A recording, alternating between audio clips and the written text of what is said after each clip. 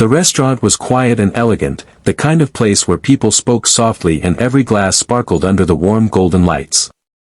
At a corner table sat a wealthy man in a perfectly tailored suit, flipping through the menu with an impatient look on his face. When the young waitress approached his table, he glanced at her name tag, smirked, and decided to play a cruel little game. He looked up and placed his order in a language he was sure she wouldn't understand. His tone carried a hint of mockery, and the people at the table chuckled softly. They thought they were about to watch someone get embarrassed. What they didn't know was that this moment would turn into a lesson about kindness none of them would ever forget. Before we continue, if you enjoy heartfelt stories like this, make sure to subscribe, like this video, and share your thoughts in the comments. Welcome to Kindness Lights, a place where real stories remind us that kindness can change lives. The young waitress's name was Emily. She had been working double shifts at the restaurant for almost a year. She was always polite, always calm, even when customers were rude or impatient. Most of the other staff admired her quiet strength, but they also knew she carried a heavy past. Emily had moved to the United States only 2 years earlier with her mother after leaving their small town overseas. Life hadn't been easy. Her mother worked long hours cleaning offices at night, and Emily worked during the day to help pay rent and cover college classes. That evening had been busy, and Emily was tired, but she still greeted every table with a warm smile. When she reached the wealthy man's table, she politely asked, "Good evening. May I take your order?" The man leaned back in his chair, glanced at his friends, and began speaking in fluent French.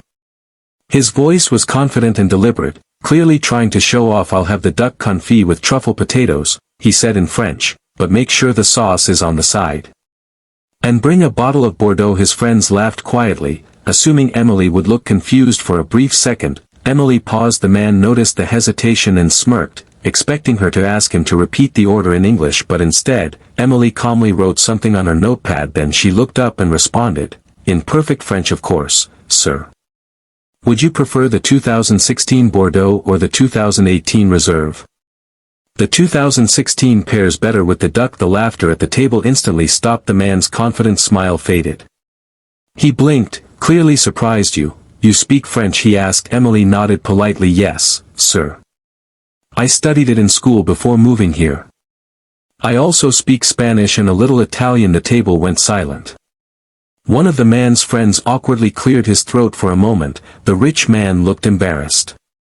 His little trick hadn't worked. In fact, it had backfired completely. But Emily didn't show any anger. She didn't roll her eyes. She simply smiled kindly and asked, "Would you like the 2016 Bordeaux, sir?" The man looked down at the menu, suddenly uncomfortable. Yes, he muttered. Emily nodded and walked away to place the order at the table. The atmosphere had changed. The friends who had laughed earlier now avoided eye contact. One of them quietly said, "Well, that didn't go like you planned." The wealthy man didn't respond. He kept thinking about Emily's calm reaction. She could have embarrassed him. She could have made a sarcastic comment or called out his behavior.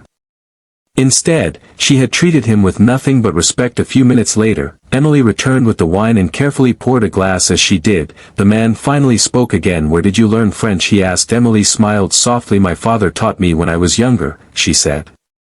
"He loved languages." The man nodded. "Is he still teaching?" Emily's smile faded just slightly. "No," she said gently. "He passed away a few years ago." The table grew quiet again, but Emily didn't linger on the sadness. She simply finished serving the wine and said, "Your dinner will be ready shortly." As she walked away, the wealthy man watched her. Something about her kindness made him feel uneasy. In a different way he realized that he had tried to humiliate someone who was simply doing her job, and she had responded with grace. Later that evening, Emily brought the food to the table. Everything was served perfectly: the duck, the potatoes, the wine. Before she left, the man spoke again. "Emily," he said, reading her name tag.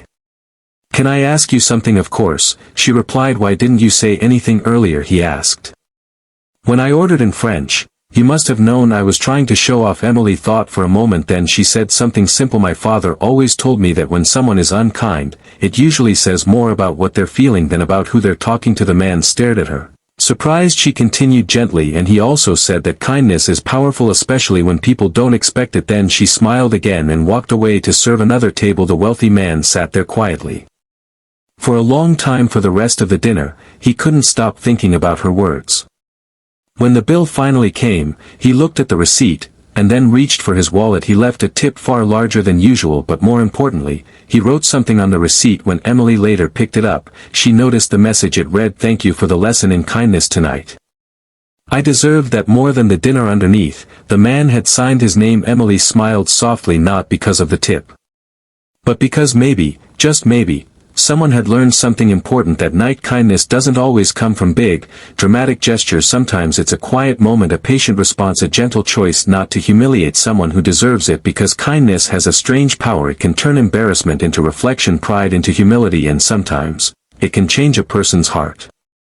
So the next time someone treats you poorly, remember Emily's choice.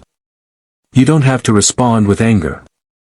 You can respond with kindness, and that might be the most powerful thing you do all day. If this story touched your heart, don't forget to like, subscribe, and share your thoughts in the comments.